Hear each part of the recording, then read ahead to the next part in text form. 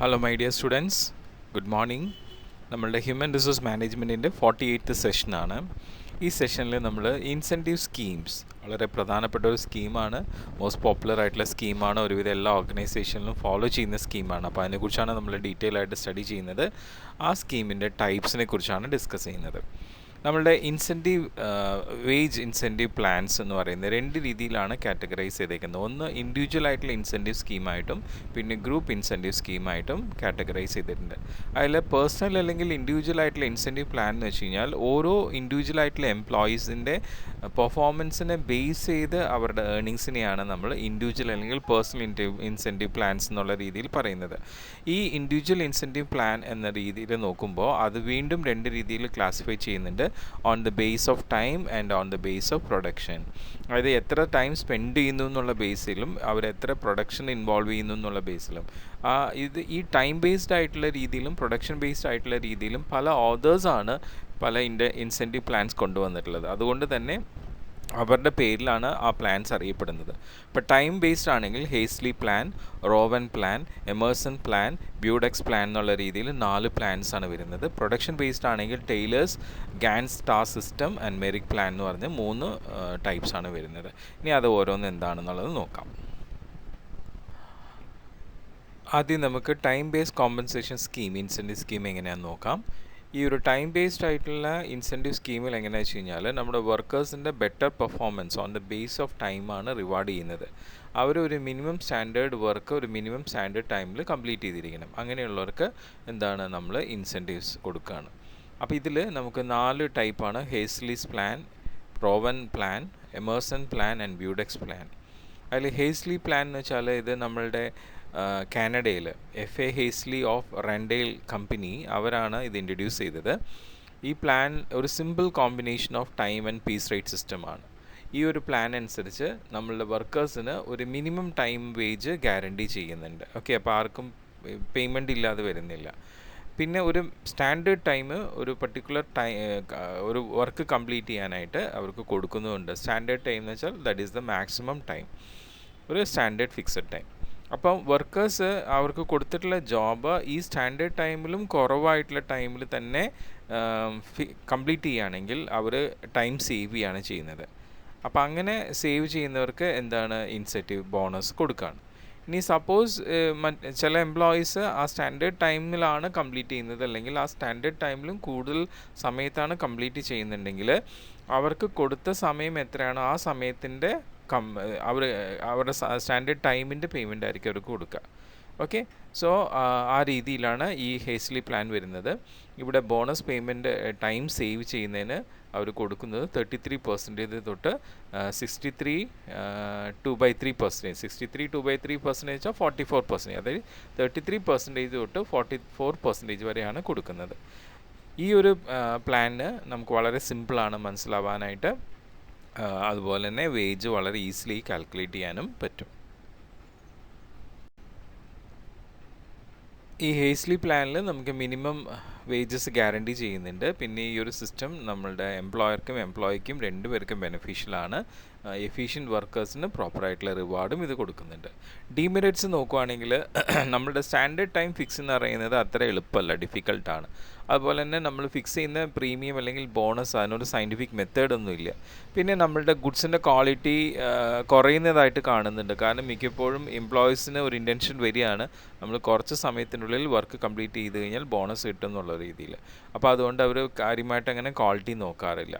പിന്നെ അതുപോലെ തന്നെ ഇപ്പോൾ ടൈം സേവ് ചെയ്താലും ഈ പറയുന്ന എംപ്ലോയീസിന് അതിനുള്ള ഫുൾ ബെനിഫിറ്റ്സ് കിട്ടുന്നില്ല. കാരണം 50% താഴെയുള്ള ബോണസ് അല്ലെങ്കിൽ ഇൻസെൻറ്റീവ്സ് ആണ് പ്ലാൻ ചെയ്തിരിക്കുന്നത്, അല്ലേ? 33 to 44% ആണ്. പിന്നെ അൺസ്കിൽഡ് വർക്കേഴ്സ് എപ്പോഴും സ്ലോ ആയിട്ട് തന്നെ വർക്ക് ചെയ്യും. അതുകൊണ്ട് അവർക്ക് എപ്പോഴും മിനിമം വേജസേ കിട്ടുള്ളൂ. അവർക്കിതൊരു മോട്ടിവേഷൻ ആവുന്നില്ല. അപ്പോൾ ഇതൊക്കെയാണ് ഹേസ്ലി പ്ലാനിൻ്റെ ഡീമെറിറ്റ്സ്. ഇനി വരുന്നത് റോവൻ പ്ലാനാണ്. റോവൻ പ്ലാനും ഹേസ്ലി പ്ലാനും രണ്ടും സിമിലർ ആണ്. ഇത് ജെയിംസ് റോവൻ ഓഫ് ഇംഗ്ലണ്ടാണ് ഡെവലപ്പ് ചെയ്തിട്ടുള്ളത്. ഇവിടെ മിനിമം വേജ് ഗ്യാരണ്ടി ചെയ്യുന്നുണ്ട്. അവർ എത്ര ടൈം സ്പെൻഡ് ചെയ്യുന്നുണ്ടോ അതനുസരിച്ചിട്ട്. ഇവിടെയും സ്റ്റാൻഡേർഡ് ടൈം ഡിറ്റർമിൻ ചെയ്തിട്ടുണ്ട്. ബോണസും അവർക്ക് ടൈം സേവ് ചെയ്യുന്നതനുസരിച്ച് കൊടുക്കുന്നുണ്ട്. പക്ഷേ ഈ ഹേസ്ലി ആൻഡ് റോവൻ പ്ലാൻ തമ്മിലുള്ള വ്യത്യാസം എന്താണെന്ന് വെച്ച് കഴിഞ്ഞാൽ അവർ കാൽക്കുലേറ്റ് ചെയ്യുന്ന ബോണസിൻ്റെ ഇത് മാത്രം ആസ്പെക്റ്റ് മാത്രമേ വ്യത്യാസം വരുന്നുള്ളൂ. ബോണസ് എന്ന് പറയുന്നത് അവരുടെ വേജിൻ്റെ പ്രൊപ്പോർഷനായിട്ടാണ് കാണുന്നത്. അവരെത്ര ടൈം സേവ് ചെയ്യുന്നു, അവരുടെ സ്റ്റാൻഡേർഡ് ടൈം അലോട്ട് ചെയ്യുന്നതിനൊക്കെ ബേസ് ചെയ്തിട്ടാണ്. അപ്പോൾ അവിടെ ഒരു കാൽക്കുലേഷൻ ഇങ്ങനെയാണ് വരുന്നത്: bonus is equal to time taken divided by standard time into hourly rate into time saved. ആ രീതിയിലാണ് അവർക്ക് ബോണസ് കൊടുക്കുന്നത്. അപ്പം ഹേസ്ലി ആൻഡ് റോവൻ പ്ലാൻ രണ്ടും സിമിലർ ആണ്. ഓൺലി ഡിഫറൻസ് വരുന്നത് ഇപ്പോൾ ഹേസ്ലിയിൽ നമുക്ക് 33 to 44% ആണ് എന്ത് ചെയ്യുന്നത്, ഈ ബോണസ് കൊടുക്കുന്നുണ്ടെങ്കിൽ അത് ഓരോ സമയത്തും അവർ ഡിസൈഡ് ചെയ്യും. പക്ഷേ റോവൻ പ്ലാനിൽ ഒരു ഫിക്സഡ് ആയിട്ടുള്ള ബോണസ് ആണ്. അത് കാൽക്കുലേറ്റ് ചെയ്യാനുള്ള ഒരു ഇക്വേഷൻ തന്നെ അവർ ഫോം ചെയ്തിട്ടുണ്ട്. അതാണ് റോവൻ പ്ലാൻ. റോവൻ പ്ലാനിൻ്റെ അഡ്വാൻറ്റേജസ് എന്തൊക്കെയാണെന്ന് വെച്ച് കഴിഞ്ഞാൽ മിനിമം വേജസ് ഇവിടെയും അഷ്വർ ചെയ്യുന്നുണ്ട്. പിന്നെ വർക്കേഴ്സ് ഇങ്ങനെ ആഞ്ഞു പിടിച്ച് ടൈം സേവ് ചെയ്യാനായിട്ട് നോക്കില്ല. കാരണം വെച്ച് കഴിഞ്ഞാൽ ഈ പറയുന്ന ബോണസ് അവർക്ക് ഇപ്പം അവരുടെ ഹയർ ലെവൽ ഓഫ് എഫിഷ്യൻസി കൂടുന്നതനുസരിച്ച് ബോണസ് ഇൻക്രീസ് ചെയ്യുന്നുണ്ടാവും, പക്ഷേ ഡിക്രീസിങ് റേറ്റിലാണ്. അപ്പോൾ അതുകൊണ്ട് അവരെന്തായാലും ഒരു ഒപ്റ്റിമം ലെവലിൽ എന്ത് ചെയ്യുന്നുള്ളൂ, വർക്ക് ചെയ്യുള്ളൂ. പിന്നെ എംപ്ലോയീസ് ബെനിഫിറ്റ് കിട്ടുന്നുണ്ട്. കാരണം എഫിഷ്യൻ്റ് ആയിട്ടുള്ള വർക്കേഴ്സ് ബോണസ് കിട്ടുമ്പോൾ എംപ്ലോയർക്കും അതിനുള്ള ബെനിഫിറ്റ് കിട്ടുന്നുണ്ട്. പ്രൊഡക്ഷൻ ഇൻക്രീസ് ചെയ്യപ്പെടുന്നുണ്ട്, കോസ്റ്റ് പെർ യൂണിറ്റ് കുറയുന്നുണ്ട്. പിന്നെ ലേബർ കോസ്റ്റും റെഡ്യൂസ് ചെയ്യപ്പെടുകയാണ്, കാരണം ടൈം സേവ് ചെയ്യുന്നുണ്ടല്ലോ. അപ്പോൾ അതുകൊണ്ട് മാനേജ്മെൻറ്റും എംപ്ലോയീസും തമ്മിൽ നല്ലൊരു റിലേഷനും ഫോം ചെയ്യുന്നുണ്ട്. ലിമിറ്റേഷൻ എന്താ വെച്ച് കഴിഞ്ഞാൽ നമ്മുടെ ഈ ഒരു മെത്തേഡിൽ ഈ കാൽക്കുലേഷൻ കുറച്ച് ഡിഫിക്കൽട്ടാണ്. പ്രത്യേകിച്ച് എംപ്ലോയീസിന് അത് മനസ്സിലാക്കാനായിട്ട് ഭയങ്കര ഡിഫിക്കൽട്ടാണ്. അതുപോലെ തന്നെ ഈ മെത്തേഡ് നമ്മളുടെ വർക്കേഴ്സിൻ്റെ എഫിഷ്യൻസീനെ അത്രയധികം ജസ്റ്റിഫൈ ചെയ്യുന്നില്ല. കാരണം ബോണസ് ഇൻക്രീസ് ചെയ്യുന്നത് ഡിക്രീസിങ് റേറ്റിലായതുകൊണ്ട്. അപ്പോൾ അതാണ് റോവൻ പ്ലാൻ. ഇനി വരുന്നതാണ് എമേഴ്സൺ പ്ലാൻ. എമേഴ്സൺ പ്ലാൻ എന്ന് പറയുന്നത് ഹാരിങ്ടൺ എമേഴ്സൺ എന്ന് പറഞ്ഞൊരു ഓഥറാണ് ഡെവലപ്പ് ചെയ്തിട്ടുള്ളത്. ഈ മെത്തേഡിൽ നമ്മൾ മിനിമം വേജ് എഗെയിൻ ഗ്യാരണ്ടി ചെയ്യുന്നു. അപ്പോൾ ഒരു കാര്യം നോക്കുക, ഹേസ്ലി പ്ലാൻ, റോവൻ പ്ലാൻ, എമേഴ്സൺ പ്ലാനിലൊക്കെ മിനിമം വേജ് ഗ്യാരണ്ടി ചെയ്യുന്നുണ്ട്. എന്നിട്ട് ഇവിടെ ഒരു ഇത് വരുന്ന പ്രത്യേകത എന്ന് വെച്ച് കഴിഞ്ഞാൽ സ്റ്റാൻഡേർഡ് ഔട്ട്പുട്ട് ഫിക്സ് ചെയ്യുകയാണ്. ഓക്കെ, അതാണ് എഫിഷ്യൻസി ഓഫ് വർക്കറിനെ മനസ്സിലാക്കാൻ വേണ്ടിയിട്ട് ചെയ്യുന്നത്. ഓക്കെ, സ്റ്റാൻഡേർഡ് ആയിട്ടുള്ളൊരു ഔട്ട്പുട്ട്, ഇത്ര സമയത്തിനുള്ളിൽ ഇത്ര ഔട്ട്പുട്ട് വേണം എന്നുള്ളത് ഇവിടെ ഫിക്സ് ചെയ്യാൻ. അപ്പോൾ ഒരു എംപ്ലോയി ആ ഔട്ട്പുട്ടിൻ്റെ 66.67% അറ്റൻഡേജ് ചെയ്ത് കഴിഞ്ഞാൽ അവർക്ക് എന്താണ്, ബോണസ് കിട്ടും. ആ ഒരു സ്പെസിഫൈഡ് ടൈമിൻ്റെ ഉള്ളിൽ അവർ ഈ പറയുന്ന മറ്റേ സ്റ്റാൻഡേർഡ് ഔട്ട്പുട്ടിൻ്റെ 66.67% അറ്റൈൻ ചെയ്താൽ തന്നെ അവർക്ക് ബോണസ് കിട്ടും. അതിലും കുറവായിട്ടാണെങ്കിൽ മിനിമം വേജ് അവർക്ക് പേ ചെയ്യും. ഇവിടെ നമ്മളുടെ റേറ്റ് ഓഫ് ബോണസ് ഇൻക്രീസ് ചെയ്യുന്നത് എംപ്ലോയീസിൻ്റെ എഫിഷ്യൻസി അനുസരിച്ചിട്ടാണ്. അപ്പോൾ എമേഴ്സൺ പ്ലാനിൽ നമ്മൾ പറഞ്ഞ പോലെ ഈ പറയുന്ന വർക്കേഴ്സിൻ്റെ എഫിഷ്യൻസി കൂടുന്നതനുസരിച്ച് ബോണസ് ഇൻക്രീസ് ചെയ്യുന്നു, ഇൻക്രീസിങ് റേറ്റിലാണ് കൂടുന്നത്. നമ്മുടെ റോവൻ പ്ലാനിൽ അതൊരു വ്യത്യാസം ഉണ്ടായിരുന്നു. എഫിഷ്യൻസി കൂടുന്നതനുസരിച്ച് ബോണസ് കൂടുന്നുണ്ടാവും, പക്ഷേ ഡിക്രീസിങ് റേറ്റിലാണ് മാത്രം. ഓക്കെ, ഇതിൻ്റെ നമ്മുടെ റോവൻ പ്ലാനിൻ്റെ ഇത് മെറിറ്റ്സ് എന്തൊക്കെയാണെന്ന് വെച്ചാൽ മിനിമം വേജ് ഇവിടെയും ഗ്യാരണ്ടി ചെയ്യുന്നുണ്ട്, സിമ്പിളാണ് മനസ്സിലാക്കാനായിട്ട്. അതുപോലെ എംപ്ലോയീസിന് ഇത് മോട്ടിവേഷൻ കൊടുക്കുന്നുണ്ട്, കാരണം റേറ്റ് ഓഫ് ബോണസ് ഇൻക്രീസ് ചെയ്യുന്നുണ്ട് ഇൻക്രീസിങ് റേറ്റിൽ. അതുകൊണ്ട് അപ്പം പുതിയ ന്യൂ എൻട്രീസ് ആയിട്ടുള്ള ആൾക്കാർ, ബിഗിനേഴ്സിനും അതുപോലെ ലോ എഫിഷ്യൻ്റ് ആയിട്ടുള്ള വർക്കേഴ്സിനും ഇത് ഇൻസെൻറ്റീവ് കിട്ടുന്ന രീതിയിലാണ്. ഡിമെറിറ്റ്സ് എന്ന് വെച്ചാൽ ബോണസ് റേറ്റ് യൂണിഫോം അല്ല, പിന്നെ സ്റ്റാൻഡേർഡ് സെറ്റ് ചെയ്തിട്ടുള്ളത് ഹൈ ആണ്. അതുകൊണ്ട് വർക്കേഴ്സിന് അത് പെട്ടെന്ന് അങ്ങനെ എളുപ്പത്തിൽ അറ്റൈൻ ചെയ്യാൻ പറ്റില്ല. പിന്നെ സെപ്പറേറ്റ് റെക്കോർഡ്സ് നമുക്ക് മെയിൻറ്റെയിൻ ചെയ്യേണ്ടതായിട്ട് വരുന്നുണ്ട്. അപ്പോൾ ക്ലറിക്കൽ ജോബ് കൂടുന്നു. ഇനി ബ്യൂഡോക്സ് പ്ലാൻ, അടുത്ത ലാസ്റ്റ് മെത്തേഡ് നമുക്ക് ടൈം റിലേറ്റഡ് ആയിട്ട് വരുന്നതിൽ ബ്യൂഡോക്സ് പ്ലാൻ.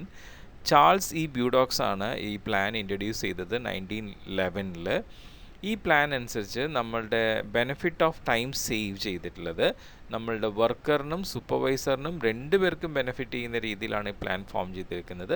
3:1 റേഷ്യോയിൽ. അതായത് ഇപ്പോൾ ഒരു ബോണസ് കൊടുക്കുന്നുണ്ടെങ്കിൽ ആ ബോണസിൻ്റെ 3 റേഷ്യോസ് നമ്മളുടെ വർക്കറിനും 1 റേഷ്യോ സൂപ്പർവൈസറിനും കിട്ടും. അതുകൊണ്ട് സൂപ്പർവൈസർ എപ്പോഴും അവരെ സബോർഡിനേറ്റ്സിനെ വർക്ക് ചെയ്യാനായിട്ട് ഹെൽപ്പ് ചെയ്തുകൊണ്ടേയിരിക്കും. അവർ എന്താ പറയുക, ക്ലോസ് സൂപ്പർവിഷനിൽ ഉണ്ടായിരിക്കും.